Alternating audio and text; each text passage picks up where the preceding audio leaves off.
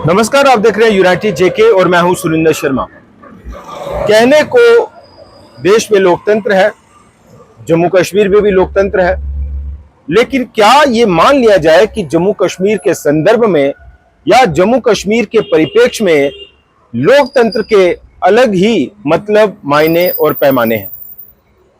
इस वक्त आप जानते हैं कि उपराष्ट्रपति पद के चुनाव को लेकर जो है वो इस वक्त गहमागहमी है। जिस तरह से वाइस प्रेसिडेंट धनखड़ जी ने रिजाइन दिया और उसके बाद से ही तुरंत बाद जो है वो उपराष्ट्रपति चुनाव के लिए तमाम जो सियासी दल हैं वो कमर कस रहे हैं। लेकिन जम्मू कश्मीर के लोगों को ना तो इस चुनाव से कोई लेना देना है और ना ही शायद हमें लगता है कि इससे भी कोई लेना देना है कि अगला उपराष्ट्रपति कौन होगा। उसकी एक बड़ी खास वजह है। वो खास वजह यह है कि उपराष्ट्रपति के चुनाव तो होंगे, लेकिन इन चुनावों में जम्मू कश्मीर का रोल बड़ा सीमित है, बहुत सीमित है, लिमिटेड है। क्योंकि जम्मू कश्मीर के जो सांसद हैं, चुने हुए सांसद हैं लोकसभा के, वो तो इसमें वोट डालेंगे, लेकिन राज्यसभा के जो सांसद हैं वो इस चुनाव में वोट नहीं डाल पाएंगे। और उसकी बड़ी खास वजह है। खास वजह ये कि जम्मू कश्मीर की 4 राज्यसभा सीटें हैं और ये चारों राज्यसभा की सीटें इस वक्त खाली पड़ी हुई हैं और पिछले काफी समय से खाली पड़ी हुई है। और दिलचस्प बात यह भी है कि कई राज्यों में चुनाव हुए, उपचुनाव हुए, लेकिन जम्मू कश्मीर की 2 विधानसभा सीटें और 4 राज्यसभा सीटें, उस पर चुनाव आयोग जो है वो चुनाव करवाने को तैयार नहीं हो रहा। 10 महीने हो गए जम्मू कश्मीर में विधानसभा चुनाव के बाद नई सरकार बने हुए 2 विधानसभा सीटें खाली पड़ी हैं। बड़गाम और नगरोटा की विधानसभा सीट जो भाजपा की झोली में थी और देवेंद्र सिंह राणा यहां से विधायक थे, ये 2 सीटें खाली पड़ी होने के बावजूद जम्मू कश्मीर की इन दोनों सीटों पर चुनाव आयोग जो है वो चुनाव कराने के लिए तैयार नहीं हो रहा। 4 राज्यसभा सीटें खाली पड़ी हैं, लेकिन उसके ऊपर भी चुनाव आयोग इन सीटों को भरने के लिए जो इलेक्शन प्रोसेस है उसको तैयार करने के लिए, उसको शुरू करने की कोशिश ही नहीं कर रहा या उसके मूड में ही दिखाई नहीं देता। लेकिन यहां आप देखिए कि उपराष्ट्रपति के चुनाव होंगे और माना जा रहा है कि अगर सब कुछ ठीक रहा तो एंड ऑफ अगस्त जो है उसमें चुनाव हो जाएंगे और एक दिन में जो है वो ये सारा घटनाक्रम होता है। वाइस प्रेसिडेंट जो है वो रिजाइन देते हैं और कुछ ही दिनों में, with in days, election commission जो है वो इलेक्शन प्रोसेस जो है वो शुरू कर देता है। लेकिन यहां जम्मू कश्मीर में चुनाव आयोग को शायद सांप सूंघ जाता है कि ना तो विधानसभा सीटों पर चुनाव कराने की बात हो रही है, ना राज्यसभा सीटों पर चुनाव कराने की बात हो रही है, ना पंचायत चुनाव कराने की बात हो रही है, ना बीडीसी चुनाव कराने की बात हो रही है। तो जम्मू कश्मीर में चुनाव आयोग के अलग ही पैमाने हैं। इसलिए मैंने शुरुआत में कहा कि जम्मू कश्मीर में शायद लोकतंत्र के कुछ अलग मतलब है, कुछ अलग मायने हैं और कुछ अलग पैमाने हैं।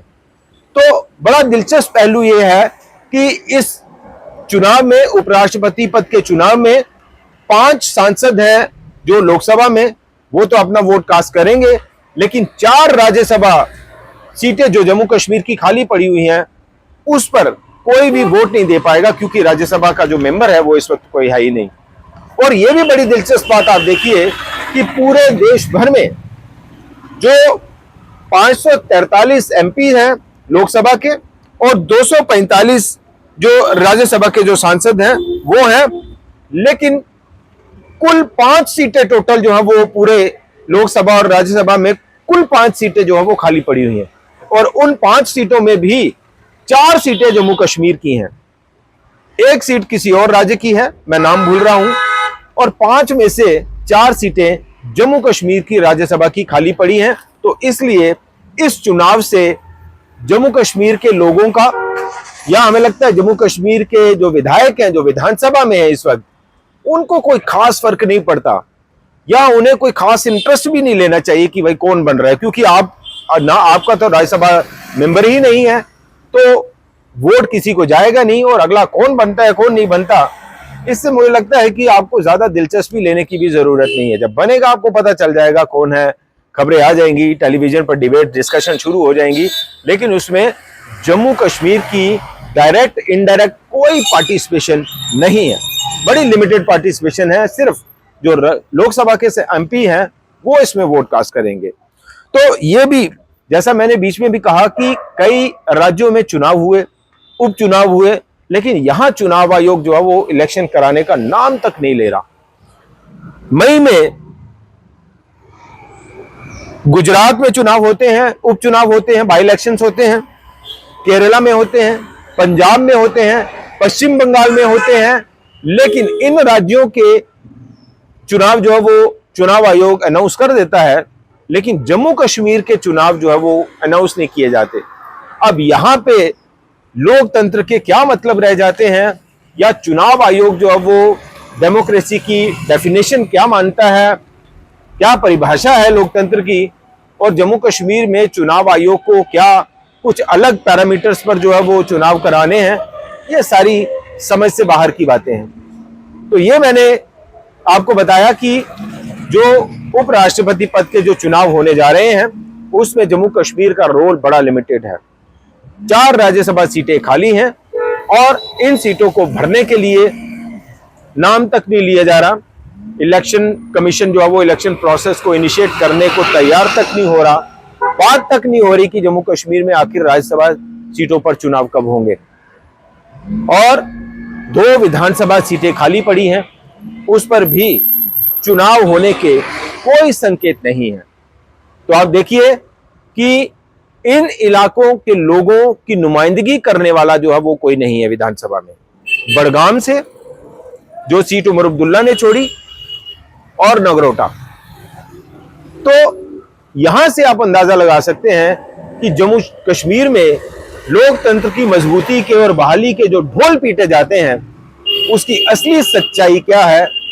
4 राज्यसभा सीटें खाली, 2 विधानसभा सीटें खाली, पंचायत चुनाव ड्यू, बीडीसी चुनाव ड्यू, लेकिन यहां लोकतंत्र फल फूल रहा है, मजबूत हो रहा है। लोगों को अपने नुमाइंदे चुनने का पूरा हक और अधिकार है, लेकिन कब? जब चुनाव होंगे, और चुनाव कब होंगे इसका कोई अता पता नहीं। फिलहाल इतना ही। देखते रहिए यूनाइटेड जेके। नमस्कार।